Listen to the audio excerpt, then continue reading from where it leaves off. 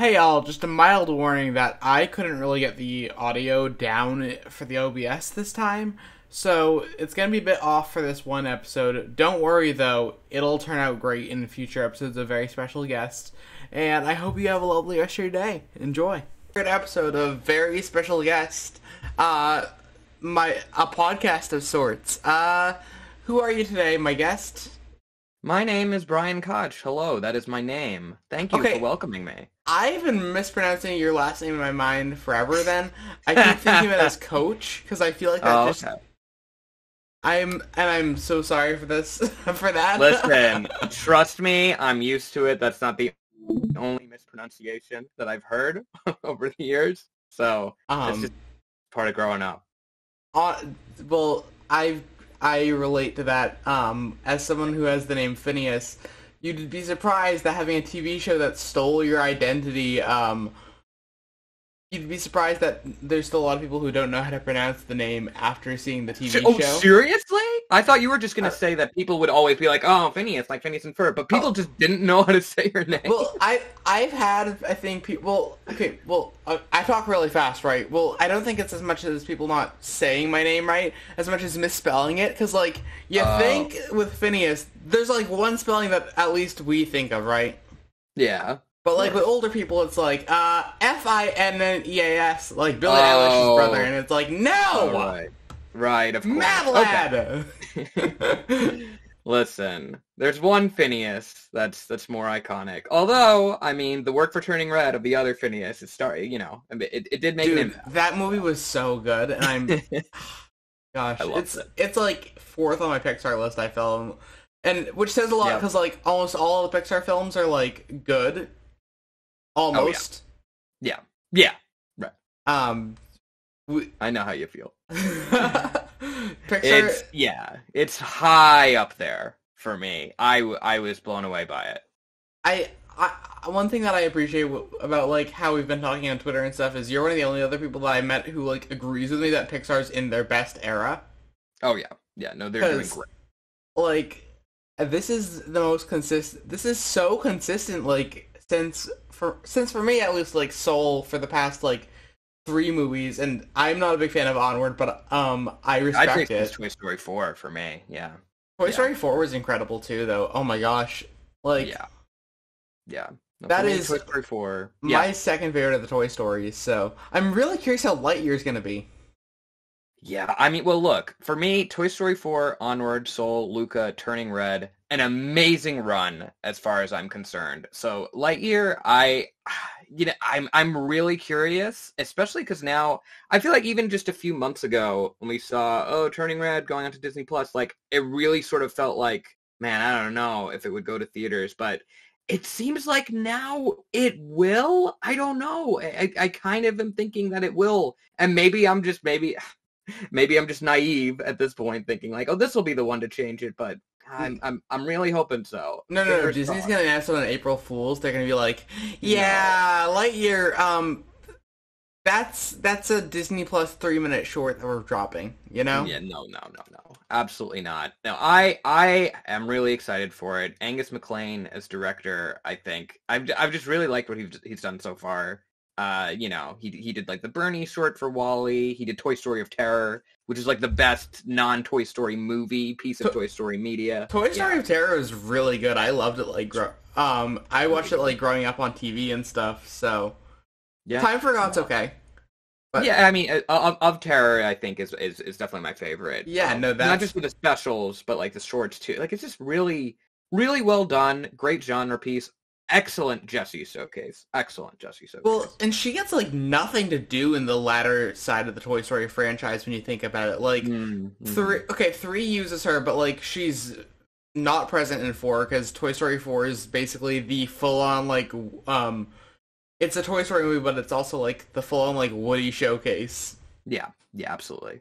Yeah, no, that's my main like, because I like what's there for her in both 3 and 4. It's just not very much. I enjoy seeing that she is sort of a de facto leader when Woody and Buzz aren't around, and that kind of is present in both films, and it's paid off with the badge at the end of 4. But I would hope that, I don't know if I'm speaking out of turn here, but if there is a 5, I would certainly hope she has a major role in it. Just let it be known that the Muppets predicted this before any of us could. Right, and Most Wanted, right. Yeah. That's one of the most. That movie is so good. I need another Muppet movie. I loved the 2011 film and then Most Wanted. I was like, okay, let's go. Where's our third one? And then nope. Well, also by the way, the theme of this podcast, we're gonna jump around like all the time. I assume. Yeah. Anyone who's listening is probably aware of this at this point. Yeah, I would think so. We've jumped around like 5 times already. Yes. So. And honestly, podcasts are meant to be about one topic. They're about to be just a continuous flow of words. There you go. That's right. But yeah, no, the Toy Story franchise is like so good. Yeah, well, I mean, obviously, for me, that's like my favorite thing. So you're preaching to the choir right here. Well, I guess you're falling for the franchise's style. Wow, never quite put it that way before, but it's very much the case. Look, for me, it left an impact on me at a very young age, and I think it's really, and I think we discussed this, Toy Story 2, I think, is the one that really just elevated it for me. Like, I remember, like, that was my first movie in a theater. Aww. And, yeah, 1999. I wasn't even alive. Oh my gosh, I was not even alive then. Yeah, it was a profound impact because I would watch it as a kid, and like I mean, obviously I had a long way to go in terms of like developing a vocabulary or thoughts about film, but I could at that point understand. Not only was it like really hilarious and fun, but it was something about it was hitting me on a deeper level. Yeah. Yeah, it just yeah, I never forgot. No, honestly, man, good for you. Like, my first Pixar film that, like, really connected with me, like, for the longest time as a child, I was, The Incredibles is the best one. Great choice. Which is a great choice. It's my third favorite of all the Pixar films, only after, like, Coco and Soul. Mm-hmm. Again, seriously, I would go as far as to say it's actually, like, the Toy Story 4 onward stretch, because wait, between Coco and Toy Story 4 was only The Incredibles 2, right? Between Coco and Toy Story 4, yes, exactly. Correct. Yeah,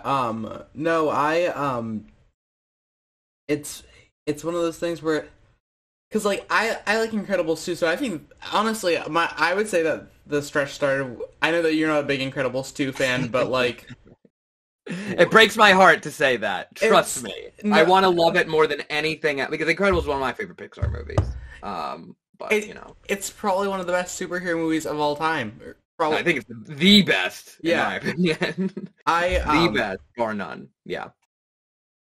I would say it's up there for me with other ones. Like, my favorite superhero film of all time remains Guardians of the Galaxy Volume 2 because. Oh wow! Yeah.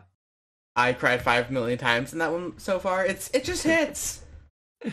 It's really that's a very beautiful movie, not just to look at, but just the way it's put together is so thoughtful.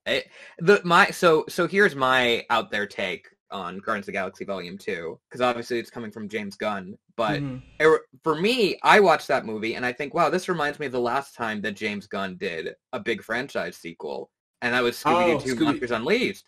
Which I think, and I'm sure people will think I'm crazy for saying this, but I think they have similar energies. And what I mean by that is I feel like both of these sequels are about like, hey, we kind of have established the groups. Now we're going to like kind of take dives on each of the individual characters. It'll be like a little bit more emotional while also being like more crazy and wacky. And to me, they have similar energies as sequels. So I've actually probably never watched Monsters Unleashed. Like, I think it might have been on when I was a kid. Yeah. But I never, like, sat down and was thinking, yes, this is a movie. It's just child sitting in a room. Oh, Scooby-Doo. Yeah. Dude, that franchise is also... Oh, my gosh, that's another really great, like... Not that the franchise itself is great, but just so many interesting ideas there, you know? Yeah, absolutely. No, I watched those movies a ton as a kid. Oh, my gosh, I forgot what my show even was. Like, I watched a bunch of the Scooby-Doo shows growing up. Oh, yeah, What's New Scooby-Doo was the one that was really kind of airing new episodes at the time, but they had, like, obviously, like, Where Are You and stuff in reruns. Like, that was the main thing. I feel like that was one of the main things I watched on Cartoon Network, just, like, any given Scooby-Doo show or movie that they were put on, and there were a lot to pick from. Well, so Cartoon Network, it's so funny because I feel like Cartoon Network's always, like, kind of the one you get into, like, later on of the, like, the big three. That's a fun way to describe Nickelodeon, Cartoon Network, and Disney Channel. I got into it like later on and fell in the 2010s era is my like main era of Cartoon Network. But oh yeah, same for sure. Yeah, because earlier on I was like Scooby-Doo and Foster's Home for Imaginary Friends. You know, with a bullet. Like loved that one. My token older Cartoon Network show that I loved was Codename Kids Next Door. Oh yeah. But I didn't get into like nearly a lot of the ones. So it's so funny because it's so funny with my generation or with my side of we're both Gen Z, right? Technically. Yeah, sort of. Depending on the definition of it, it's all arbitrary. It doesn't matter. Exactly. No. Well, with like my generation, we're coming in right. And it's like the late 2000s, early 2010s, aka when everyone's like, "Hey, these channels suck now." About like all the channels. Yeah. Man, I have my opinions on that. I mean, it's very much the meme that everyone posts from John Mulaney and the Sack Lunch Bunch of like, I watch children's entertainment now, and like it doesn't make me feel the way that I did when I'm a kid. So I've decided to, it's very. I don't know. I think we're in a pretty great era right now. I mean, we're coming off just last night was the returns of Owl House and Amphibia, and I watched both of those, and I think, wow, like. This is just next level. I wish I had both of these when I was a kid. This is amazing. So, I love the Owl House so much from everything I've seen of it, and I just need to get around to season 2 because, you know, the college student lifestyle of what free time? Yeah, absolutely. But that's on the list. I need to start Amphibia and stuff. But honestly, aside from, like, Owl House, and technically because it airs on Disney right now, I'm caught up with Miraculous of all shows. Because I got dragged down that pipeline, and it's like, okay, I'm a completionist. What are you about to do next, show? I feel like everyone I talk to that has, which I have not seen it, but I feel like everyone I talk to, it's either you don't know about it, or like you've heard of it but you haven't seen it, or you are just fully in. Like you just have seen all of it. You're ride or die through the good times, the bad times. Dude, that might be one of the worst popular shows like of all time, but I kind of have a weird like love for it at the same time. It's like I see what everyone thinks. It's like that exact balance. Yeah. That like the writing really sucks. The characters get like no development. The animation's not even good anymore. But, like, I started with this thing, I'm here now, I've existed, I was in, like, late middle school when the show came out, which is weird to think about, because it's weird to think any show from back then is still on TV, but, no, there's a few. It's funny when you think that, like, Teen Titans Go is still on TV, and how much hate that show got. Overblown. Genuinely, though, like, I was one of those children, though, where it was like, I went online, and I ranted on Teen Titans Go because that's what It was everyone's personality for a while because it just seemed like, oh well, that's the thing to do. It's to like jump on and be like, and it didn't even matter if like you would see a clip that was like, oh that's kind of fun. Oh that's self-aware. That's no. It sucks. It's bad. The internet told me. No. Shout out to like early mid 2010s internet culture, cartoon community culture. Yeah. The online landscape is so weird, man. It's so weird. You know, well, with Teen Titans Go specifically, the thing that, like, turned me as well is I watched the movie Teen Titans Go to the Movies, one of the best titles ever made. I love it. The movie's very good. I was like, wow, okay. I mean, because I had seen, like, a few scattered episodes of the show, but then I watched the movie and I was like, oh, this is really fun. And then to see people still being like, you know, Teen Titans Go, I was like, all right, okay. I mean... Have you watched it, or have you just seen a video telling you that you should hate it? No, I've been told that the movie's good. Yeah. with the show, and like I'm planning to check it out because like okay, Warner Brothers has such a weird track record with movies at this point because on one hand they've released things like the Lego Movie, which is amazing and stuff, but on other hands they've been in there. Oh, what if we just like kind of mind all the nostalgia? They're as bad I think as Disney is about it right now. Or not, I don't think they can be as bad as Disney, but like they're up there between like Space Jam 2, Tom and Jerry. Did you watch Tom and Jerry? Oh, I watched. Here's my thing, Phineas. Like, yes. Warner Animation Group.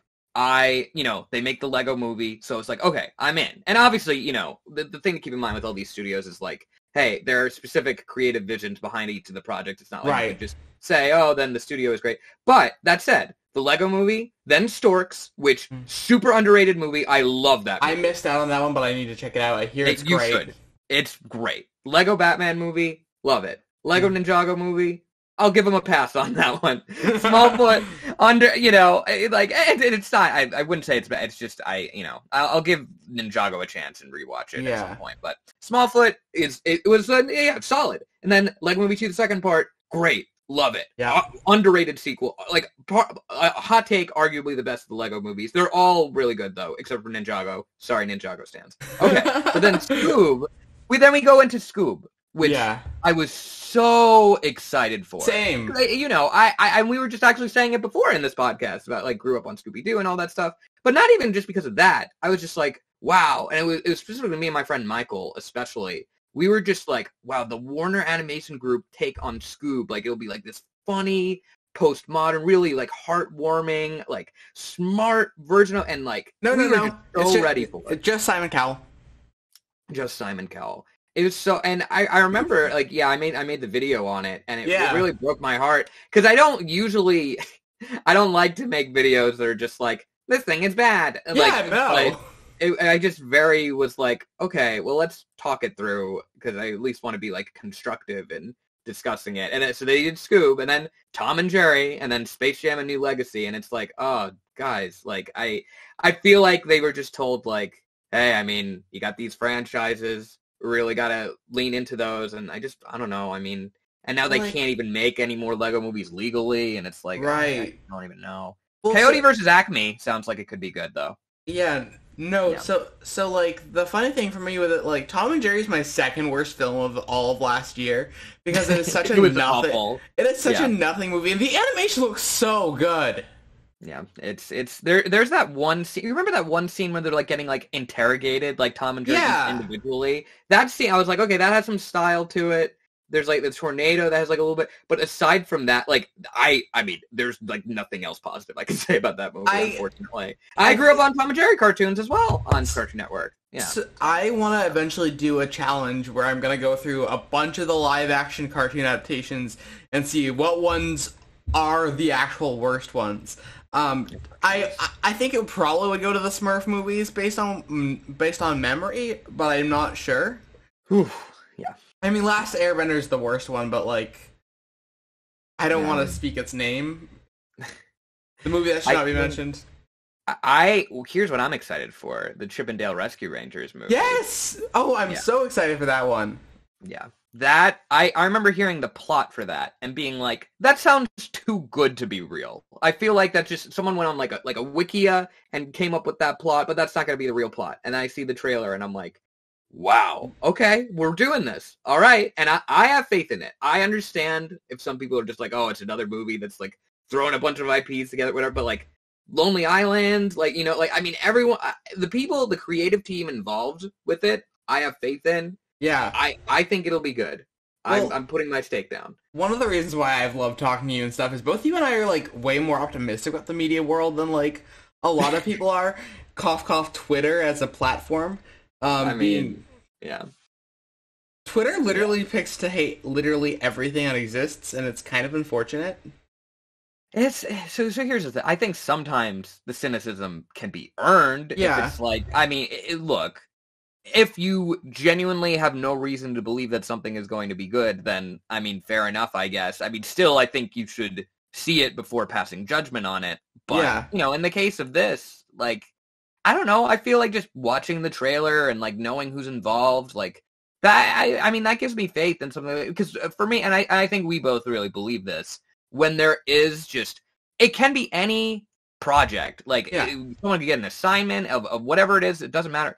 It's all about the execution of it. If 100%. If it's well done. I mean, we're coming off the heels of the Play-Doh movie announcement, right? But it's what? Emily Gordon. Oh, you didn't hear about this? No. Oh, okay. So yeah, so a Play-Doh movie, which I mean, it literally was a joke in Community season 6. They make a joke about how there's a Play-Doh movie in the works. Like it was a punchline that was like a spoof of Lego Movie. But now it's really going to exist.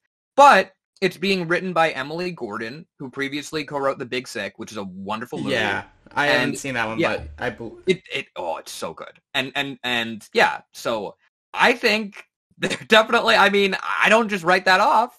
No, I'm like, okay, well, let's see what you got. Well, like other ones where it's like, okay, one movie that I remember that everyone was like, oh, this is gonna be a really bad idea. Did you wind up seeing the Dora movie that they made?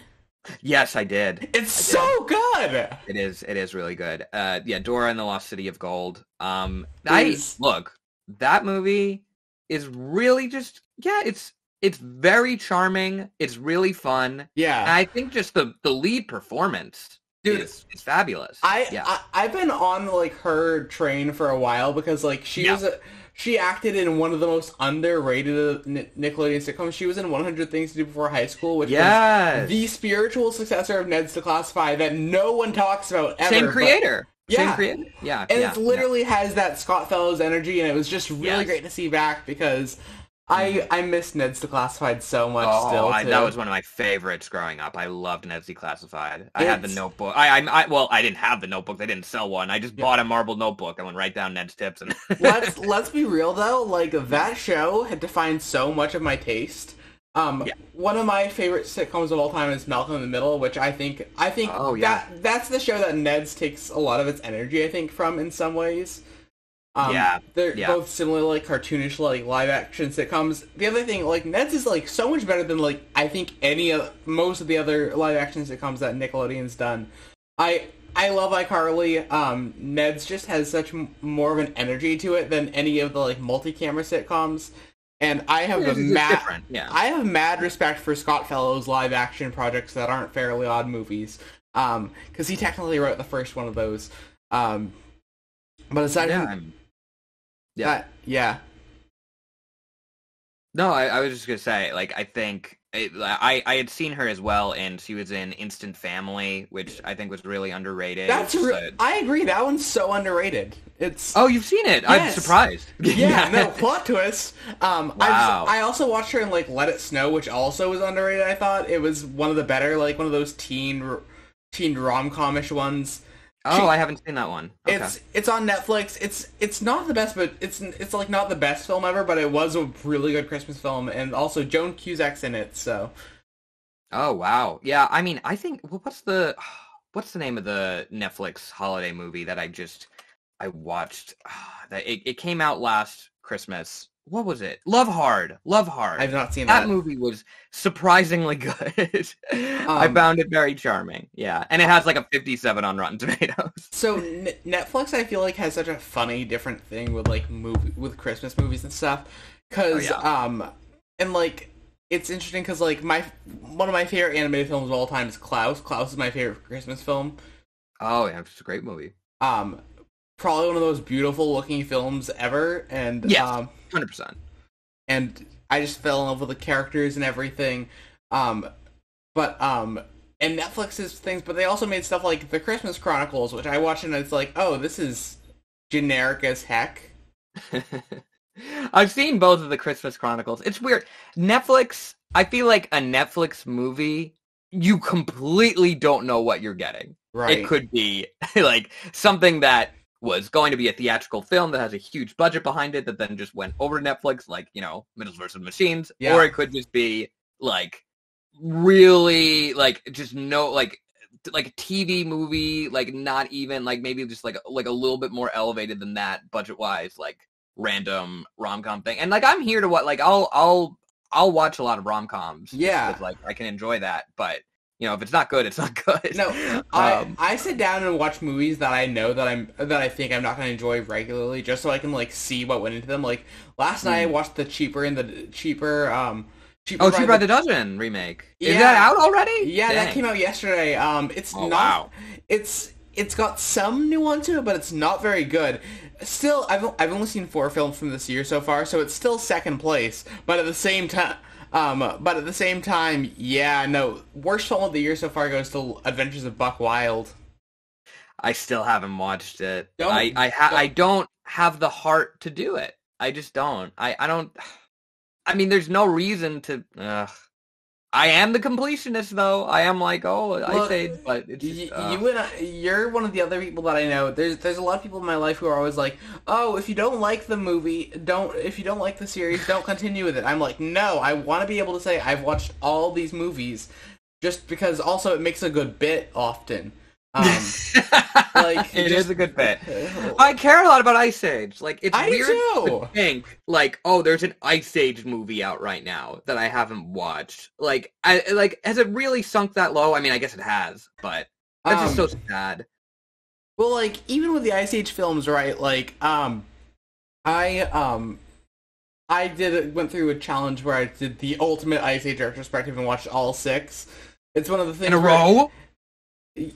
Well, so I watched the first 5 like in a row in December, Wow. And then I went back and like I watched the new one when it came out as a punishment to myself for not finishing the video idea soon enough. Well, did you watch Mammoth Christmas and The Great Eggs Capade? That's gonna be the DLC I think that I'm gonna release for Easter. Well, there you go. And you gotta watch all the Scratch shorts, and don't forget Surviving Sid. A lot of people forget that one. Yeah. I mean, like, honestly, I might just do it because Ice Age is one of those franchises where, like, people will watch stuff talking about that one still, because, like, it's Ice Age. It's Ice Age. I think it's honestly, like, probably in the top, like, 5 most recognizable animated franchises. Well, it's the longest-running theatrical animated franchise, in terms of how many films have released in theaters. 5, which is pretty impressive. Unless you count Puss in Boots as part of the Shrek franchise, right? Which I wouldn't. I would say mainline films. Yeah. Okay. Yeah. No. Then absolutely. Right. Well, when you think about it, because like with animated films, Disney films usually go direct to DVD until the recent films with like Frozen 2 and Ralph Breaks the Internet. Illumination might actually get there with their films eventually, because I don't think that they're gonna say it. I don't think that they're gonna let their franchises die. I mean, just look at Despicable Me. Like, each of the sequels and the spin-off, obviously, of Minions, are like billion-dollar films. Yeah. So why would they stop? I mean, genuinely, why would they stop? Well, okay, they're making that much money. And so I haven't watched the film in a while, but I remember liking Despicable Me 2 a lot. Like Same. I just said same. Yeah, no, Lucy Wilde's entertaining, and like it's honestly Kristen Wiig whenever she shows up. I remember her best, like the role that I remember Kristen Wiig best for. Are you ready for this? Is Lola Bunny in the Looney Tunes show. Oh yeah, she was because fabulous. That was so iconic, and that was the best update of a character that you could have done. And then Space Jam 2's like, well. Well, have you seen Kristen Wiig's Barb and Star Go to Vista Del Mar? I have not. Oh, you should really watch that. That is basically just a live-action cartoon. It is wonderful. One of my favorite movies of last year. Let me put it... What's it called? It's called Barb and Star Go to Vista Del Mar. I love the name. Right? Okay, cool. Yeah, here, I'll send it. Yeah, it's like that. It's spelled I like am adding that to my Letterboxd watch list as we speak, because there you go. I value your taste in movies because we have the same top 2 from last year, which is which is very impressive, because like it's nice to meet another person who believes that Tick Tick Boom got completely robbed from Best Picture, when that was, oh my gosh, that was one of the most incredible films I've ever seen, and like, it was fantastic. I can't believe it wasn't even nominated. Andrew Garfield better win Best Actor, but it also, I mean, it should have won Best Picture. It's better than, I've seen a good amount of the Best Picture nominees, and in fairness, like a lot of them I've seen are really well done. It's just, Tick Tick Boom is really fantastic. So that was my number 2, and number 1, Mitchell's vs. Machines, just so everyone. That's literally my favorite film of all time, so. It's like amazing. Yeah. it hits you so hard, especially being like a film, because you were a film student in the past. Right.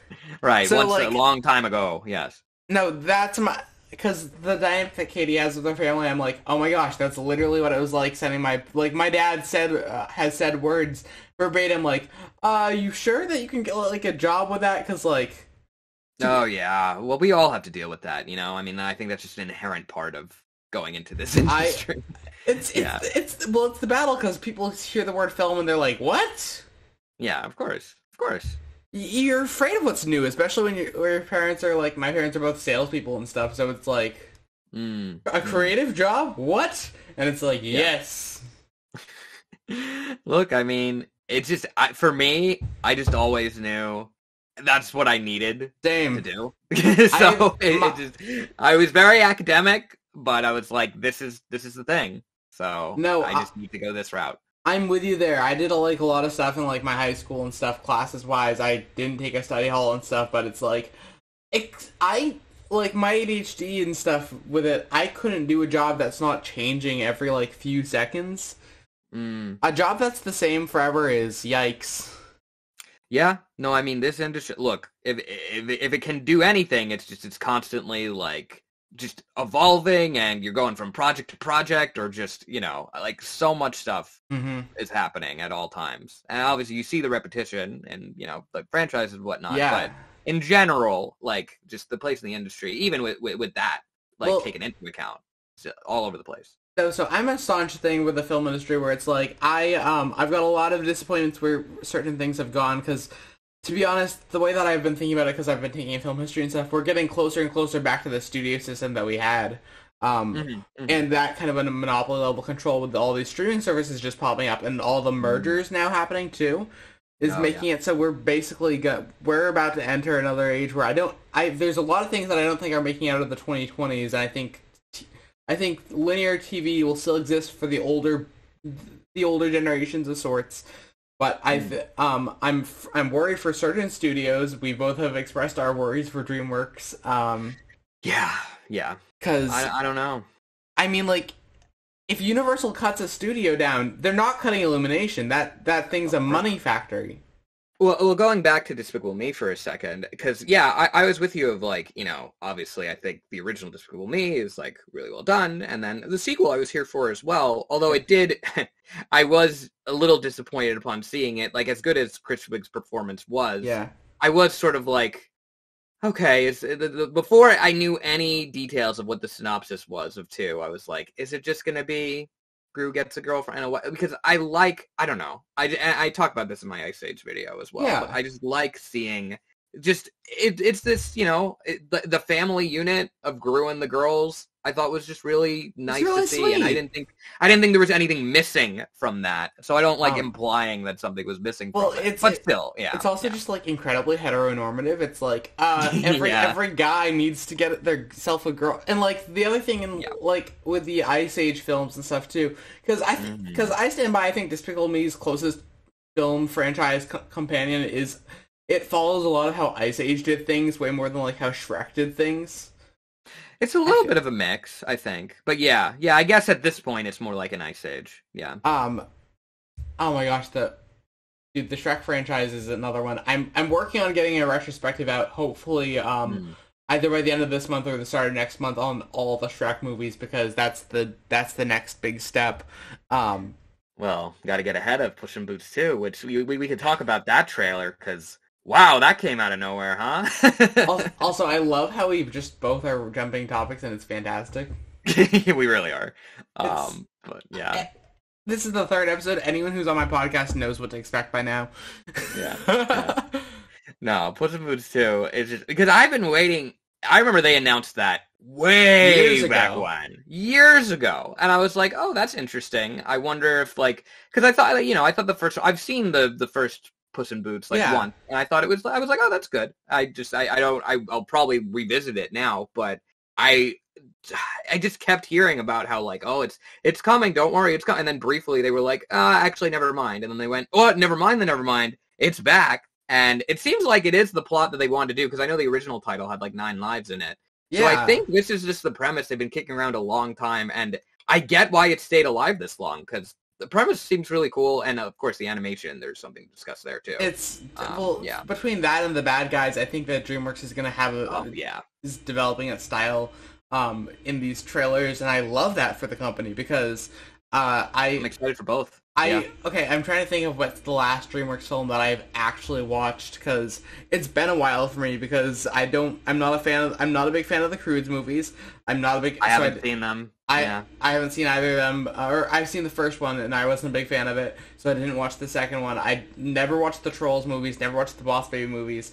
I've seen the Trolls and Boss Baby movies, so I got you beat there. So, to think, though, that that's the new generation of DreamWorks' big three, right? Like, our big three I always think of as Kung Fu Panda, Shrek, and How to Train Your Dragon, right? Madagascar's just chilling there a bit. You just skipped clean over Madagascar, but I agree. Yeah, that's the one to skip. Sorry, Madagascar. But these new kids are... mad respect for Madagascar, but at the same time, it's a different kind of movie than, like, the more dramatic stakes of, like... Fully agree. I never... Look, to be fully honest, when I saw Madagascar in theaters, that was one of my first times kind of being like, oh, well, I didn't really like that much. How old were you then?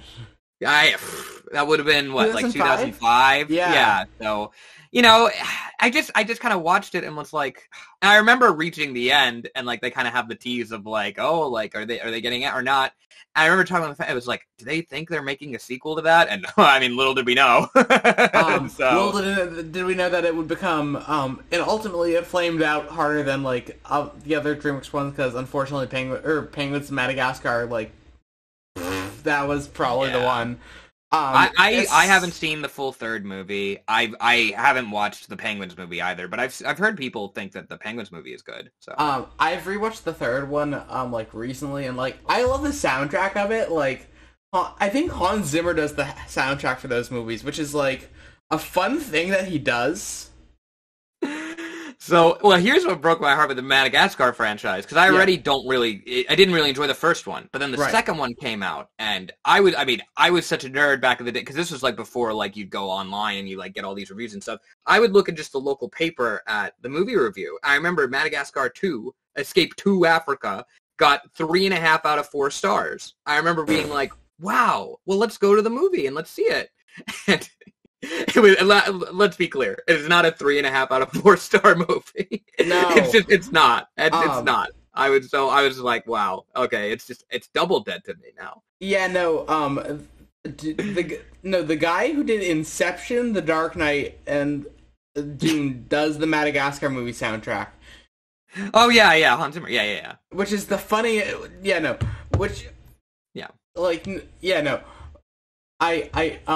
which is just the funny thing, is it's like, okay, you're doing these really like big action-packed soundtracks. Why Madagascar?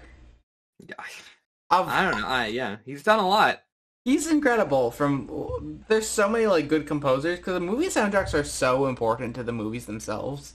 Hans Zimmer also worked on the Boss Baby score, and I mean, yeah, he did. I think part of it is it's not all him. I think Steve Matsura, or I don't know how to say his last name. I think it might be like Hans Zimmer kind of was like, I don't know how much of it he actually did, but whoever was responsible for that score is kind of good. Well, he's also done scores to movies like Megamind. Yeah. Which is incredible. Which is another incredible movie. Yeah. No, I mean, I've always loved Megamind. It's just funny thinking that the Boss Baby exists as a film. And they were like, yeah, let's do this.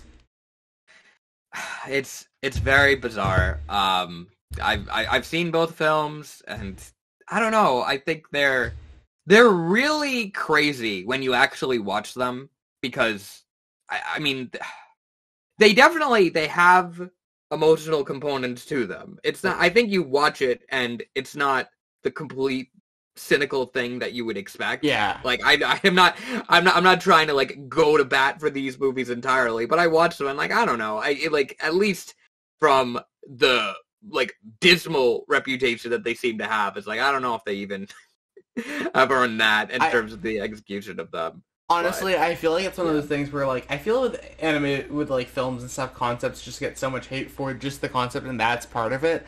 But, like, I've never heard, I rarely hear people be like, oh, I enjoyed that movie about those ones, so it's like, I've been like, okay, yeah, I'm not gonna like be like telling you to rush out and go watch them. It's just, you know, there's heart put into them. BRB watching the Boss Baby, no. No. But yeah.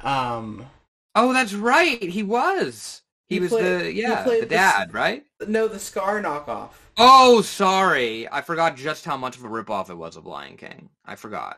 Dude. Yeah.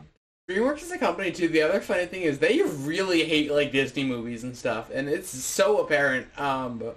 Between that goes back to Jeffrey Katzenberg. Yeah. We gotta love Katzenberg, you know. I guess we do. No, yes, we do. Yeah. Well, especially with how like the way that he handled the Robin Williams thing was. Yeah. Yeah, that was really rough. That was terrible. I mean, look, it really did. It changed the industry. It was like, hey, I mean, is this going to set a precedent for celebrity voices in animated films? And, like, it really did. But hey, I mean, still an amazing performance by Robin Williams. Dude, like, both can exist. It can be that it's a great performance, and also that like it led to some not great things. Yeah. Yeah. No. Well, think about it. It's so funny because, okay, we were talking the other day about, like, the Disney live-action remakes. Oh, yeah. And how Will Smith didn't actually, like, a decent job in the genie role because he didn't. I think it's good because he, like, didn't do a Robin Williams. Absolutely. Yeah, no, he did his own thing. Look, everyone was saying, like, it's like Aladdin by way of Hitch. So then I actually watched Hitch after hearing all those comparisons. I was like, oh, I see it. Yeah.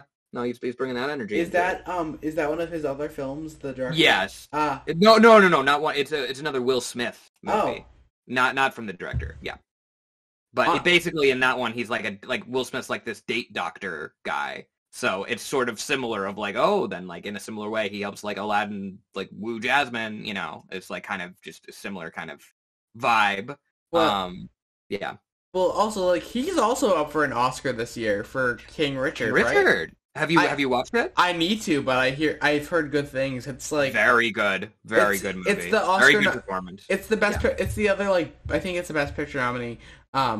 It is. Yeah, and it totally deserves it. It's the one that I'm gonna probably check out like first soon because it seems like it actually is more my speed than some of the other best picture nominees. I think I've seen one of the nominees so far, and it was Dune, which is like, why are you here, Dune? You're just a little text piece, you know. I feel so sad that I don't enjoy Dune more than I did, you know, because I feel like if I just looked at the lineup of what the films were on a very surface level, I'd be like, well, the crazy sci-fi one, the Academy nominated for Best Picture, let's go, that must be great. But no, I mean that's kind of like near the bottom of my list, at least from what I've seen so far. Nightmare Alley from Guillermo del Toro. I highly recommend that one. That one's really good. Yeah. No, the thing with Dune and stuff is Dune's like, I think it would be so, the way that I put it is the second one better be really good. Because like, the first one's cool and all, but like, I forgot everything about who these characters are, and like, and it's like, oh wow, this is a bunch of really cool set pieces, and yeah, but it's like really really beloved because like you never hear people being like, oh, Dune's story didn't exist.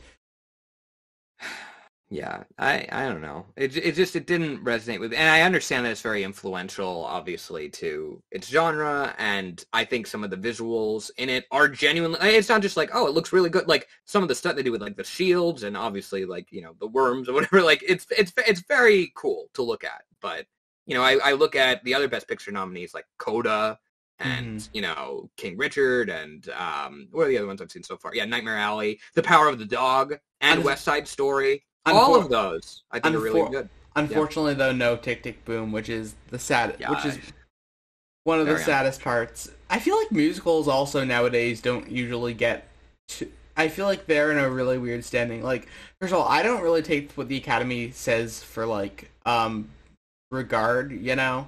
Oh, of course not. Because No. Tick Tick Boom's not there. I mean, that says it all. I think it, but like, gosh darn it, you know? Yeah, I think it really was just the Academy was like, okay, we can pick one musical. And the West whole year Side it was like, In the Heights? No, we're going to pick that. Tick Tick Boom? Oh, maybe. Oh, West Side Story. Okay. And then they pick West Side Story, which, I mean, it's really good. Trust me. It is really good. The real joke move that they could have done is, imagine if they gave it to Dear Evan Hansen, though. No way. I mean, honestly, I think at one point it was considered because I remember Ben Platt was on like the Kelly Clarkson show and she was like, but like before the movie came out, they were doing like the press for it, and it was like, oh, I mean, you could complete your EGOT, like if you get the Oscar, then for this, and it was like, well, that didn't quite happen. Well, so that didn't quite happen. Did you wind up watching Dear Evan Hansen? Of course I did. Okay, so I love Steven Chbosky as a director so much, but like not specifically because of Perks of Being a Wallflower, but Wonder was the film of his that sold me on him. Yeah, I haven't seen Wonder, but I heard that it was well done. Perks of Being a Wallflower, I did see though. It's Perks of Being a Wallflower is fantastic, but Wonder was the one that sold me. And then so I'm like, oh, this could be good. He's a really good director, and then they proceed to. I think the one sequence in that movie that I thought was good was the Dancing for Sincerely Me was like a really cool music number that had a lot of energy and it was like really satisfying and it was actually like fun. But that was, like, it in that movie. Yeah, and, like, thank goodness for that, because at least Sincerely, like, I was very excited to see it on screen. So I was at least like, okay, at least I got to... Because I saw it on stage a few years back, and, you know, I thought it was really well done. And I really... Look, I understand there's a large narrative and conversation around Dear Evan Hansen. Right. But I thought the show struck a strong balance, and, like, I understood... like what like kind of the point of it was, and I thought it just it kind of told this story that was very messed up, but you know it did it in such a way that you know you felt the weight of it, and it had kind of like this satiric edge to it too, while also still being like very upsetting and very much like, oh well, like you felt the struggle of it. So all of that is then present, but then in the movie I feel like the changes that they did in the movie to try to account for like some of the things, like they let Twitter like co-write the movie with some of the things they changed. Because like the end when it's like, oh well, you know what, Evan's gonna spoilers for the movie of Dear Evan Hansen. Don't worry, no one cares about the movie of Dear Evan Hansen. So when it's like, okay, so the truth comes out, right? That they didn't really know, and on the stage show, once that happens. He never sees the family again. Like, he sees the sister, but he never sees those parents again. And we never see the parents again. Right. I mean, I guess he doesn't see that, But that's the last time we see them, and it kind of is just this thing of, like, oh, they felt like they knew Connor, but then they get that taken away from them when they find out it's all a lie. And that sucks. And you, like, stay in the hurt of that, this terrible thing that he did to these parents. But in the movie, it's more just like, well, I did a little bit of research. I found, like, this video of him singing this song, and then they watch the song, and they're all like, oh, yay, oh, it's, like, that sucks. I'm sorry. I think that's really just, it completely just takes the impact away from it and makes it like, oh, well, all is forgiven. It's like, I know not all is forgiven. Right. It's not like he, like, you know, becomes, like, his girl, or the girlfriend, you know, he gets the girlfriend or whatever, but still, it's like, it feels like a miscalculation to me. So my whole thing that I've been realizing is I get into musicals pretty late. I got into Hamilton in 2020, and I got into Dear Evan Hansen in 2021. Wow. So, so I'm a theater kid, but I've been late to like discover them. Like even like Heathers, which is one of my favorite musicals, was like 2018. But so with Dear Evan Hansen, right? So they cut literally the show defining song "Good for You" was cut. Which is I think the worst. By the way, that song is my favorite song from Dear Evan Hansen. I think it's the best song in the entire show that sells everything together as everything is put into place. And they cut that from the movie. And they put it in as like the marching band thing in the beginning. You catch that? And then also what the movie has the guts to do is they cut Anybody Have a Map. They need a map. The thing that it reminds me of is the Rent movie cuts straight to the 500 or the Seasons of Love. It felt like that kind of a move of like trying to catch people immediately with the most popular song from Dear Evan Hansen. By the way, the directing in that movie in Dear Evan Hansen is hilarious. Like one of the shots that sticks out to me is like in the song when they're doing Waving Through a Window, when he's like sitting in the car as his mom's driving him, looking at the window, and it's like, dude, please don't. This is so awkward. It's so sad because just within the first minute of that movie, I was like, oh no, this is so wrong. Like, it just, and I was the one who was still willing to be like, listen, everybody, I get it. Like, oh, Ben Platt looks to it, whatever. Okay, got it. Yeah. But I'm here for it. Let's see what they do. Immediately, I'm like, oh no. Because you lose, when you take out Anybody Have a Map, like, I mean, there's like the parent perspective, there's like, you lose the establishing song. You lose the establishing song. And the reason why Waving Through a Window hits is you kind of get a sense of who Evan is, what his place is in this world, in this story, with these other characters, and then you kind of, like, you see, like, sort of the world going by, like, around him, and then you zoom in on this kid and how he can't really connect. Yeah. But if you just start on him, then you're like, hey, this movie is through his POV and his POV only. And it's really and also just it's not that opening song isn't well directed. No. The Dear Evan Hansen movie technically cuts both the Act 1 opening number and the Act 2 opening number because there's no Sincerely Me reprise. And well, yeah, not even To Break in a Glove. Sincerely Me reprise is technically the first of Act 2. But if you don't count that, also To Break in a Glove is cut out. I think the Dear Evan Hansen movie, it's like it's in my bottom 5 of the year, right? It's not my worst film. My worst film of the year was Mortal Kombat for being a nothing movie of nothingness. I didn't see it. Yeah. Usually nothing movies where like nothing happens and they have no reason to exist take my worst spot over movies that are like bad but they're kind of interesting in their stories of it. But okay, so like with the Dear Evan Hansen movie and stuff, it's just like, okay, because like I also gave them the benefit of the doubt. It's like, okay, Ben Platt's too old for this, but they have a really good cast together for it too. They did. They had so much going for them in that movie, right? To fumble on everything, did. And I think my theory is I think that Steven I forgot how to pronounce his last name, so I'm just gonna say Chbosky. I don't know either. Yeah. I think he's a really great director, but he was completely miscast to direct Dear Evan Hansen because his specialty is kind of like working with like extraordinary characters in like an ordinary world when like that's not what Dear Evan Hansen really is because Evan's just kind of he's a child, but he's also a piece of crap. Right. I don't know what it was. I mean, it's not just the direction, it's the writing, there's a lot of... It's kind of a funny case. You don't just swap out one person and then you fix that movie. Right. Like there's some problems. No, but I think that, like, that decision for him directing was, like, with one of the ones... Because I feel like every train wreck of like production usually has like one decision where things kind of started to slump down and then everything else falls into place. And like with film, putting like a bad director into a seat is probably a chance for a lot of like, well, the writing usually comes first, but like a lot of the decisions with the framing, a lot of the decisions with the songs. Dude, cutting Good For You might have just been the worst choice I've ever seen a musical adaptation do. It's so bad. Taking the cake all the consequences gone. Yeah. Taking the cake from one of my other like least favorite cut ever is the live action Lion King not having Be Prepared is the most sad thing in the world.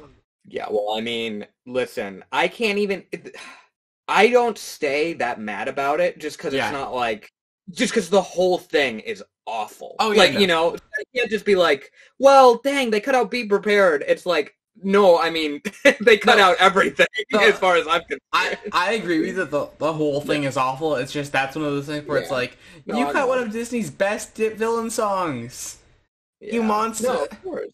It's horrible. Look, that movie it really breaks my heart. I watched it in the theater, unfortunately, and then I had to go back home and immediately put on the original just to wash the taste of the other one out of my mouth. It was just so that's it's very hyperbolic, but no, I mean, it's true. it's deserved. Like that's one of the few live action remakes where it's like, okay, my whole policy that live action remakes is like try to do something different with what you're adapting.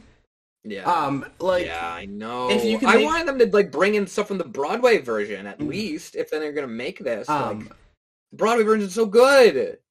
I've not seen Lion King on Broadway. I have seen Aladdin on Broadway, which I know you're not a big fan of. Oh, I'm But so disappointed. I I love Aladdin on the Broadway. I enjoy certain songs from the Broadway. Like one of the songs that I remember always is the Baghdad dun dun Aladdin Kasim. I that Oh one yeah, yeah. that one sticks in your head. My Too bad those friends suck. Yeah, they've got no and make Aladdin way worse. They just replace Abu for like no, because I guess you got to make it more adult. Well, not only are they really annoying, but also it's like the fact that they're there, it hurts the Aladdin Genie friendship arc because it just feels like he has to. They're putting them in is such a bad choice that reflects badly on everything else. The High Adventure song is good. I mean, that's good. I'm glad they brought that back, which, is not written for, it's deleted from the movie, so it's written by, like, Aspen and Menken. Right. But, the Friends being in the musical, big mistake. Big mistake. Okay, so I'm trying to think. So other Broadway things that I've watched is, like, the SpongeBob musical is amazing. Love it! There are songs, like, that is one of the best musical adaptations of, like, anything ever. Fabulous. I've got like a few musicals where it's like this is a genius adaptation. My other take for an adaptation that's so weird but it's so good. Have you watched the anime Death Note or no? Sadly not. No. They made a musical adaptation of it and it's amazing. Yeah, I've heard both about that and obviously the anime itself. I really need to check it out. But no, going back to SpongeBob though, like I love almost every single one of the songs in it too, which is a pretty big statement because like I feel like even in a lot of like good musicals, there's always like those few songs that kind of are like, "Hey, what are you doing here, bud?" Yeah. But like, I don't think a single song in like the SpongeBob musical like doesn't slap.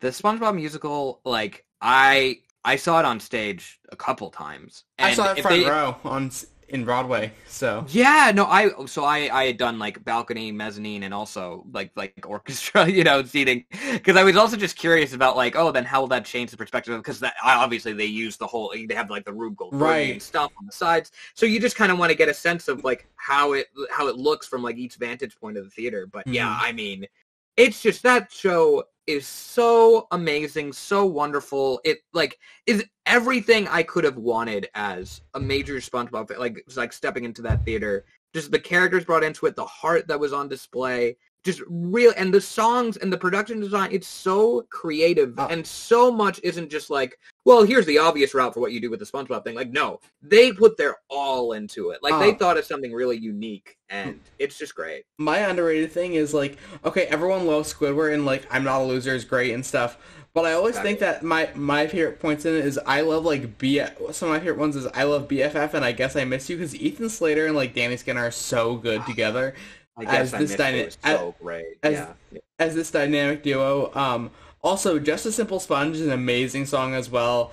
Dude, there's like the sponges in the background during it. There's like no misses in that entire soundtrack. I'm pretty darn sure. I'm trying to think.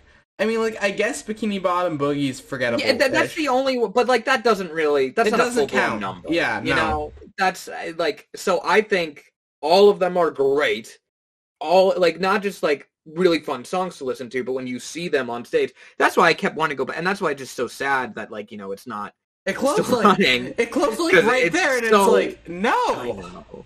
It just to experience it in person, that show. It's like a party, that show. It's wonderful to experience. Like I'm at this point with Broadway where it's like I feel like there's musicals there's like such a weird. Wait, what's your favorite musical of all time? Oh gosh, I mean, I don't think I have. That's a loaded question. I know. That's a very loaded question. I mean, honestly, kind of. I think I really loved the SpongeBob musical. That is a valid take to have. It's really, I mean, and it's grown. I saw it once, and I really enjoyed it, and it just kept growing on me since. I don't know. I mean, I think also just like I am here for it. I feel like that thing was made for me. Like I go and see it, and I'm like, it's perfect. Like when I saw that, so like we usually when I go to Broadway, I see because I'm from like Maine and Vermont. So like usually when I go down to New York City and stuff, I see two shows. Yeah. The first time I went down, I saw Aladdin and Wicked. Second time was SpongeBob the Musical and Book of Mormon, and Oh, SpongeBob yeah. blew me away way more than Book of Mormon did. Oh, yeah. Because like 100%. Book of Mormon's a show with a few really interesting numbers, and then I'm not the biggest fan of it, to be completely honest. Like, Neither am I, to be completely honest. and like I like Making Things Up Again, Arnold. I think that song's really good. no, that's okay. That's like one of my. I think Cunningham is such a lovely character. Or wait, Cunningham's the Arnold. Yeah, Arnold Cunningham. Yes. Yeah. I think he's such a lovely character. The funny thing is like I like a lot of Matt Stone and Trey Parker's like they're kind of mixed, but I do like their stuff in general. And it's Book of Mormon's just a weird one, and the staging is just another weird thing where it's like it's not a super in depth like musical with as far as this goes. I think I was actually kind of sleepy in the theater, in a matinee, which says something because like I don't get sleepy in the middle of theaters and stuff. One of my favorite musicals though of all time is Les Mis. Oh yeah, fantastic musical. But so my favorite song from Les Mis is Stars. Oh yeah. I think Javert is just such a fascinating character. Oh, my favorite character in the musical. Yeah. I think no, same. So you've got a good taste then. Yeah, but it's a fantastic musical. There are a lot of good choices for favorite characters. My first exposure to that musical was the 2012 movie because I saw it in Same theaters. Same here. I don't know exactly. I haven't seen that movie in forever, so I don't know exactly how good it is. But I hear mixed things still from people about it because the singing's not really the best in it. But yeah, I saw the stage revival that was, I think it was on Broadway. Yeah, like later, and again, once you see that, then you go, oh yeah, well, I see the issue with the movie. But when that's your introduction to it, similar with Into the Woods, like I watched the Into the Woods movie. That's my introduction to Into the Woods. I'm like, wow, this is amazing. And then I watched the the recorded stage version, and I'm like, oh, okay, I see what was missing. No, yeah. I saw that movie. I saw the Into the Woods movie too, and that was and that's one of those things where it's like I need to get more into that one. There's still so many shows that I need to get into for Broadway and stuff because it's such like a landscape. Probably one of the other bad shows that I've seen in person is I've seen Mean Girls in Boston, and that show is. I'm not a fan of Mean Girls in general as a franchise. But as a franchise, is it a franchise? I guess it is. There's two movies because there's. I guess there is. And then isn't the other one an ABC Family movie? Yeah, I'm counting it as a franchise for that reason. Because and they're making a movie adaptation of the musical now. So they are. Oh yeah. Wow. Okay. The more you know. It's just going back and forth, huh? Okay. All right. Well, movie then musical, then musical movie. Okay. Well, I think watch them just go that way, where it's like we're gonna do a musical adaptation of the movie of the musical. The main thing I know from that show, like Rather Be Me, I listened to that song. I really like that. I haven't seen the show though. I haven't listened to like the whole soundtrack. Have you watched Heathers or? I've seen the movie of Heathers, which I unfortunately was not a fan of. But I've heard the musical is I think the musical is the better version of Heathers, I think. That's my take on it, because, like... Yeah. So, I have, unfortunately, watched every piece of Heathers media, including the awful 10-episode Paramount Network TV show, which is probably the worst TV show I've ever seen. Wow. I got bored one week, and I was like, why don't I binge watch this? Yeah. And yikes. Yeah. I mean, you mentioned earlier on stage, at least, with Wicked. I mean, I feel like because the Book of Mormon, that's one of those shows that at this point, I guess it's just untouchable because now it's like a tourist, like Broadway show that everyone comes for, but like doesn't live up to the hype. Wicked also has that stance of like, it's then this tourist thing. But Wicked, I think, is really good. I think Wicked's really good too, and I'm kind of curious what they're going to do with the movie. Oh, I really hope that they pull it off. I'm rooting for it. Isn't Ariana Grande playing Glinda? She is. So and it's the same director as the In the Heights movie. So I still need to see the In the Heights movie. Yeah. But no, Ariana Grande is a good like musical actress. How familiar are you with like Hairspray? Oh yeah, it's been a long time. But she like acted in the NBC version of it, which is the only like NBC show that I've ever actually heard good things about. Yeah. Usually the NBC shows are the worst I've heard. Yeah, I mean, shout out to I'll watch it when it's something that I'm interested in, like Annie Live. I forget. I don't know if that was on NBC. Yeah, but I thought that was done pretty. I mean, there were some of the egregious mistakes that happened in just like recording live theater of like, oh, then this camera did this, whatever. But I thought that had a lot of heart in it. I really enjoyed that. Okay, yeah. I actually just thought of another worst musical adaptation of like anything ever. The musical they made for Elf is really, really bad. Oh, it's funny, I did a podcast about Elf on Checking It Twice, and at the end we were talking about the fact a musical existed, and that confounded me as a kid, because I was like, it can only run for so long, because like people are only going to want to see it like during like, the holidays. But yeah, so you saw it on stage? I saw it on stage when it came to my local theater in Maine, and it was, no one who went to see it out of my family liked it, and it's and then they adapted that into an animated TV special. Yeah, I never watched that either. Don't watch that one. It's got the like stop motion-ish feel of like the SpongeBob like stop motion things. And Kate Micucci's in it, and she does a good job because she's Kate Micucci, of course she does. I love Kate Micucci, yeah. She's got such a good voice for animation. It's very sweet. I still need to see DuckTales and stuff. But like I loved her in Steven Universe. Yeah, I was just watching. She's in Amphibia as well, and she was in like the new episode. Her character came back on, and I was just like, it's just so good to hear your voice. Well, I love the energy that she brings to like all of her characters. Yep. And stuff. And it's funny that she's the new voice of Velma, because that feels very weird for me from what I heard. But I watched like a video about Scooby-Doo and why Fred's the best character, talking about it. Oh, I saw that. Yeah. Yeah. I exist on animation YouTuber and you can just like see, and because like if I'm bored, I'm just gonna be like, okay, I'll listen to this as background fodder. I like podcast type stuff.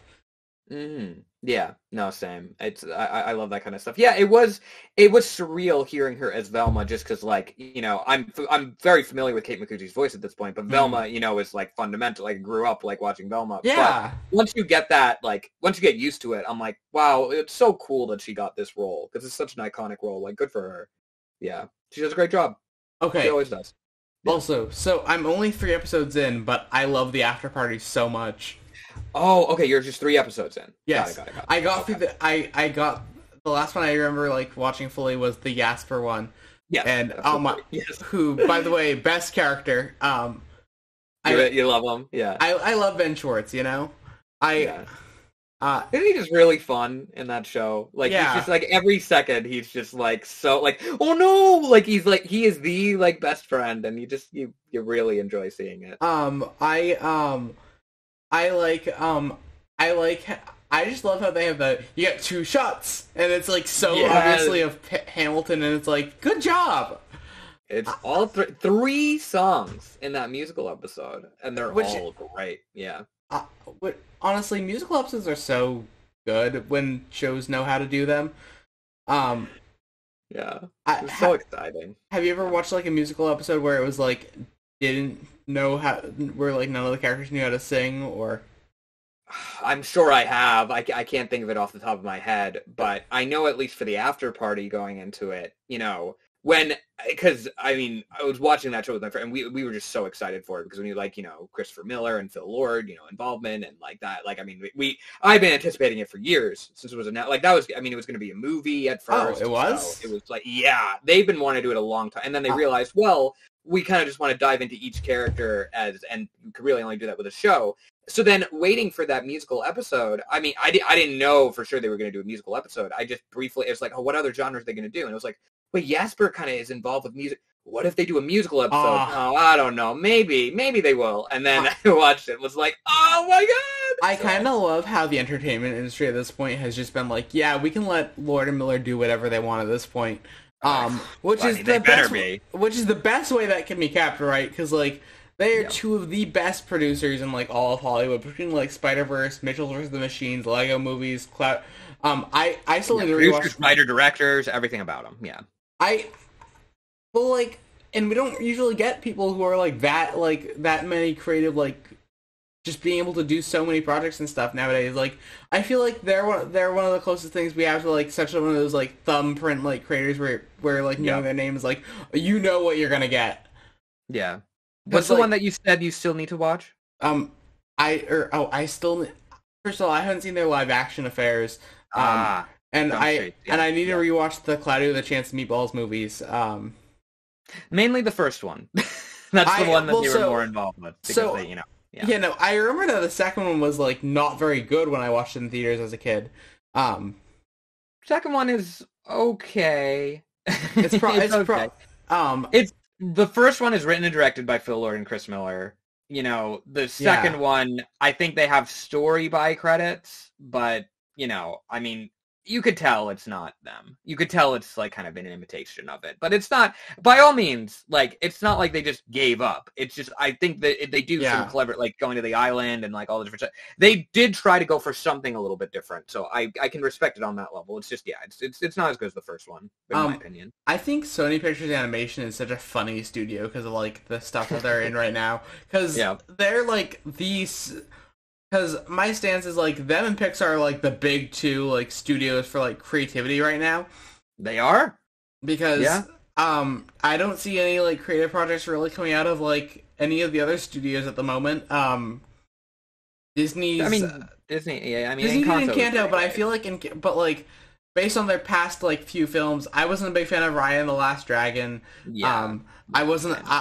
Frozen... I like Frozen 2 a lot. Genuinely...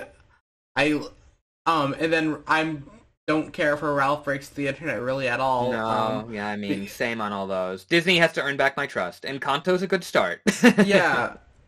Yeah. Well, so, like, in going into this decade, right, I think that Pixar is the only, like, secondary studio that's, like, not at risk of shutting down, because if Disney ever shut down Pixar, I think animation fans would riot. Don't even say that. Okay. It's like, I mean, don't even put that out there into the world. Okay. Don't do I'm it. sorry. Don't do it. Like, because here's the thing. I mean, lately, obviously, the huge, like, you know, controversy and stuff that's happened in the wake of, you know, the Don't Say Gay bill and how Pixar employees have stepped forward. I mean, it really just feels like, I mean, Disney's on thin ice. I mean, not just, well, like, that's putting it lightly. They've broken through, like, it was awful. Like, I mean, but Bob J-Peck, like, it was so unforgivable. And the only reason that then he's reneging on what then he previously said is because, you know, he doesn't want to get fired and all this stuff, blah, blah, blah. But Pixar, they could maybe just, you know, I mean, if Disney is going to keep holding them back, then, like, go away from Disney. And I know that would be a huge sacrifice because then you lose a lot of films and characters that they wouldn't have the rights to anymore. But, you know, I mean, if they keep holding Pixar back like this, then I would fully support them leaving Disney. How would Pixar go about, like, leaving Disney at this point? Like, doesn't Disney own them, or I thought? Or well, yes, it certainly would not be a simple thing. But, I mean... It would be, let me guess, I'm assuming, like, all the creative team, like, walking out and building their own studio that's, like, new Pixar or something. I honestly don't know exactly what the arrangement is. I don't assume that it's a completely inescapable situation, but in a lot of respects, obviously, you know, I mean, just in terms of how they're financially backed, just how, like, the studios are set up and interlinked, right. And also all of the movies and all these characters are then tied to Disney, and Disney has then ownership of that. So it would be, on a number of levels, extremely hard to leave from Disney. But I'm just saying that if for some reason, somehow, and I don't even know if this is possible, but if Pixar was like, yeah, we're getting out from Disney, but, like, you know, kind of need some money. Here's, like, a Kickstarter. Like, I would, you know, I would totally be like, support them to the ends of the earth. Yeah. Well, so I feel like at this point with Pixar's reputation, they're pretty much the Ghibli of the Western world. Like that. Yeah, like, absolutely. They're such like a name brand where it's like they do so many like good stories and stuff, and like Turning Red and Luca are kind of like both progressions that feel very Ghibli. In a way. Yes, absolutely, yes. I think I'm pronouncing Ghibli right, or Ghibli. I think it's I've looked this up a number of times, and then I always forget and have to look. Pronunciations are weird, you know. Pronunciations really just they mess with me because I'll look it up and I'll remember and I'll go like, okay, that's what it is, and I'll go, oh, what is it again, and I'll just never remember. Yeah, no, absolutely. Yeah. And the whole thing is like for the Western like world of animation, like when it comes to like studios having like their own brands, Disney is like recognizable because it's Disney, it's a household name and everything that they do. By the way, have you noticed how badly Disney's butchering all the Fox properties? Of course I've noticed. Home Alone, Night of the Museum, Ice Age, like all this stuff, they're just like trotting it out and they're like, hey, it goes on Disney Plus. Well, they've done like all these things like Cheaper by the dozen as well. Yeah, no, they've done all these things within half a year. So my whole thing is like I feel like that they're just running these franchises into the ground for themselves, which is sad because like some of the franchises I'm pretty attached to. Like I'm a massive fan of the Iron Kid franchise. Those movies are I think some of the best live action comedies of all time. I mean, that franchise, out of all the ones we've mentioned, that's probably emerged the best out of this, so that's how low the bar is. Well, and I actually really don't like the animated one of that at all. It's like, it looks really... I'm just saying compared to the other things we've mentioned. But that's like, all I'm saying. Home Alone got butchered so hard. Cheaper by the Dozen was a mess. Ice Age... okay, the sadder thing about it is, I think a Buck Wild spin-off movie is one of the only characters that Ice Age could spin off successfully. Like, he's the life that the later franchise got. Like, he's... Well, here's my thing, at least, with Diary of a Wimpy Kid. Yeah. Like, even regardless of the execution of it, the fact that, like, Jeff Kinney is, like, very involved, like, that already makes it, like, better than all these other projects where it's just sort of, like, we just kind of took it and, we're just doing our thing over to the side. And, well, it's all going, like, directly to Disney Plus to fill out their streaming catalog more because... It's shocking. Yeah. Huh?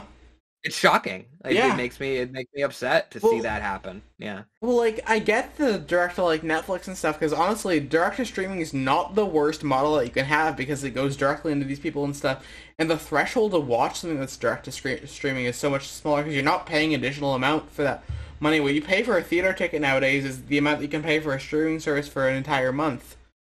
Yeah, it's so... it just really... I can't imagine... Like, I mean, we're seeing this already happen with 20th Century Fox Studios, whatever we call it now. Yeah. I don't know. But then Disney, if they do this... just seeing the disrespect to this studio and how it's just been completely, like, folded into... And I was very naive at first, because at first I was just like... Oh, I feel like, maybe then Disney can do, like, back in, like, 2017 or whatever when this was first announced. I was, like, kind of optimistic about it. But looking at it now, I'm just like, oh, this was so... And, I mean, the Nimona stuff, obviously. I mean, there's so much that's very upsetting about how this has gone down.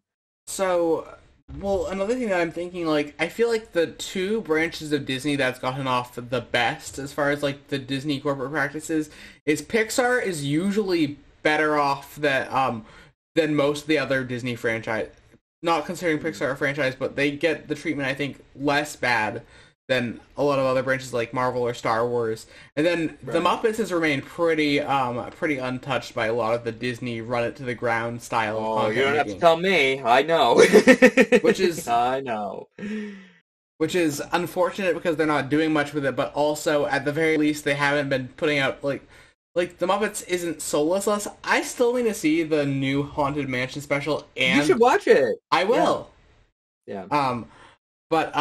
And also I need to go back and watch the TV show that they made. The 2015 one. Yeah. Yes. You should watch that. I watched like the first few episodes when it was coming out because that it was a very interesting one from what I saw. I hadn't even seen The Office at that point, so that's funny. So that was your intro to that kind of mockumentary. Absolutely. Either that or 30 Rock was. Got it. Well, it's not mockumentary for 30 Rock, but like for that kind of a style of The Office sitcom. Oh, sure. Yeah. Dude, sitcoms are such a weird battle and stuff. I feel like they'd be so much fun to write, though. Oh, of course. Look, I just constantly, because for me, sitcoms, I think if it's approached in a smart, clever way, it could just be some of the best stuff out there, because it's so, a sitcom is inherently very comforting, and it's also inherently very character driven. So those are both, like, and they're funny, and all things that I really like. So when a sitcom is done well, it's just so I just have Community obviously is that like one of my favorites, but like, you even go back to something like Frasier, like I love Frasier, as like a multicam version. Like so many sitcoms I think are just really just fantastic. Well, so, my two like things of like live action stuff that I like and stuff is like I enjoy. I don't watch a lot of like dramas and stuff. But like sitcoms are cool. And then, like, for other live-action shows, I'm a big fan of, like, Survivor, as we've talked about a lot. Yeah. Which is, by the way, the new season's looking so good so far. Mm-hmm. Yeah, I've seen the first 2 episodes. Yeah. The cast has so much energy to it. Yeah. No, I think they're really great, and I feel like the lessons have been... I really enjoyed 41 as well, but I can already tell that from the early set of episodes, this is stronger than 41's early set of episodes. Because I feel like there's just a little bit more focus on them as people. Yeah. The character, and part of that is just because they have the benefit of some of these twists we were introduced to already in the other season. But I think part of it is just, I don't know, it just feels like there are kind of different priorities in these first few episodes. So I'm really enjoying it. I love this cast so far. My favorite from just everything that I've seen is I'm rooting for Lydia personally because Lydia's great. She's been hilarious and I also love that energy.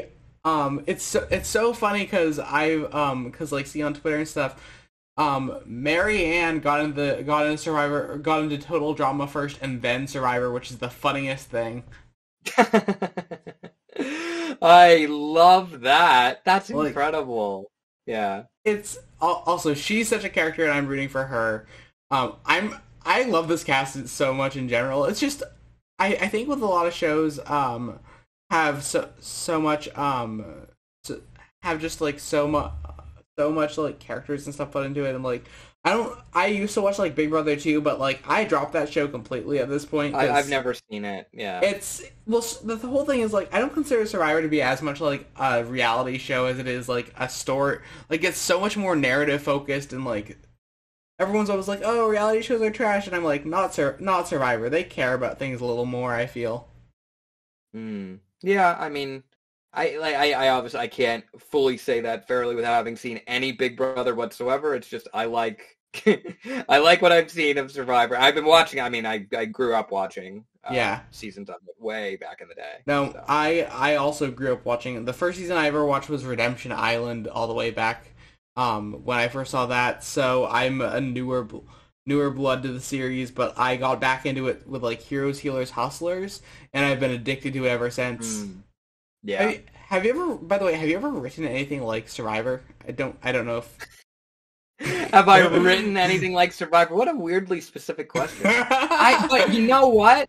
Shockingly enough, I have. No, so wait, what? Yeah. No, I have. So the different thing about it is that it is an animated show. Yeah. And it is with inanimate objects, which isn't that different when you actually look at the YouTube landscape. Because there are a lot of shows that are like this. I guess I could tell you that I'm a fan of it. A fan of it. I am actually not up to date with it, but like I watched a bit because I'm friends with like Justin and talking to I know members of the crew of y'all, so I check it out. It's lovely. I just want you to know that. Oh well, thank you for saying that. Yeah, no, I mean we really enjoy doing it. I'm excited about what's coming up for it. So. Also, probably gonna move the conversation to like one final topic. I know I was just about to say let's do it. And then we're gonna wrap it up. You want to talk about Arthur? Yeah, this is exactly what I was gonna say. I think this is a great way to close out. Yeah. Obviously. Grew up with Arthur, both the show, like the books, everything about. I just always thought it was really just it was one of my favorites, and my parents would love watching it with me too because it was just a really smart show. And as they announced that it was going to be then this last season, I watched then the episodes, not just the last one, like just like kind of the final set of episodes that then they had put out, as well as the one they did earlier of like they kind of did one when they all like moved up a grade that was like an hour special. I watched all of this stuff. And wow, it's just so apparent, like, this is just such a great show. Like the way that, I mean, talk about a sitcom. Like, I Yeah. mean, this is a sitcom. It appeals to all ages. The lessons in it are just so valuable, Well, and it's funny. Yeah, no. Talk about a show that like lasts. Oh my gosh. If someone doesn't like Arthur, I feel like that's one of those things where it's like, what's wrong with you? I agree. I agree. It's at that level where it's like, how can you watch it and not be like, oh, that's cringe, or oh, stupid, like show for little kids. Like, I'm sorry, that's just that I don't accept that. It is fantastic. I watched episodes of it going into even like 5th grade sometimes because it's such an all ages show and stuff. In all senses, and it's oh my gosh, it's just such a sweet, it's such a sweet show and stuff too, with all the characters and stuff. And do you have a favorite? Go on. No, I think my favorite, like looking back, is like I love like Buster so much and stuff. Buster was my favorite growing up. Yeah, he's just such a friendly guy. Growing up, like love Arthur and stuff too. I love the final episode and how it shows like their final jobs. DW being a cop is the most fitting thing in the entire gosh darn world. It's so funny. It's so funny.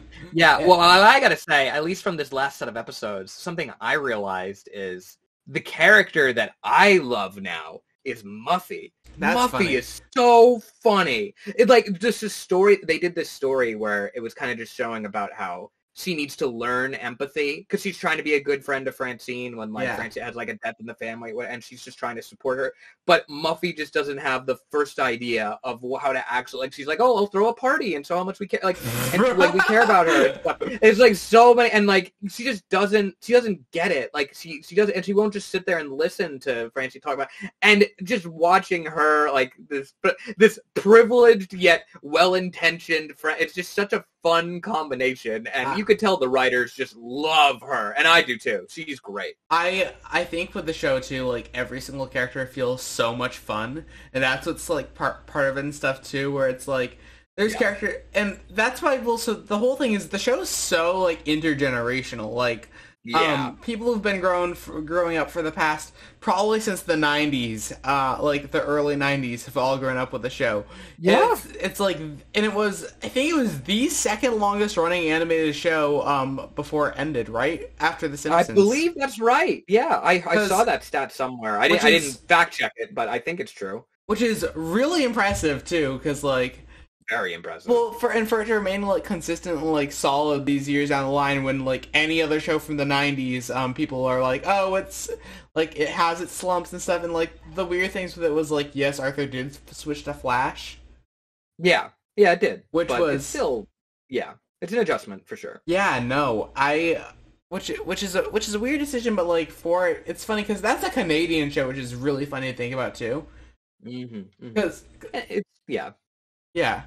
I love the way that they've handled things, like the one where like Mr. Ratburn had his like wedding was like, of course, so well done. I poke into it from time to time, and that one was like good. I still can't believe that whole state banned the episode.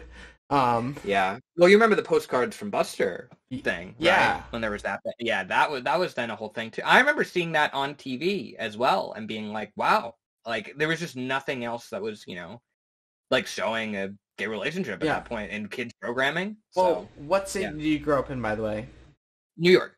Yeah, so so we're both northeasterns, Yeah. Yeah. Right. So, which is it's so weird to think about. Yeah, but that well, anyways, though, thank you so much for coming onto the podcast. Oh, of course. Look, it was my pleasure. I think we talked about a good variety of topics, all in the film TV landscape. The joke about this podcast at this point is that it doesn't have a set topic for like. There's some podcasts where it's like talking one movie, cough cough Pixar Path, cough cough. I've listened to your podcast and stuff too. By the way, I love them. So. I'm glad to hear that. Thank you. No problem. And so it's nice to have a variety one. And yeah, well, anyways, thank you everyone for listening to this episode of Very Special Guest with our very special guest, Brian Koch. I got the name right this time. Pronunciation. Cool. Well, thank you. Thank you. And have a great rest of your guys' day. Bye! Bye bye.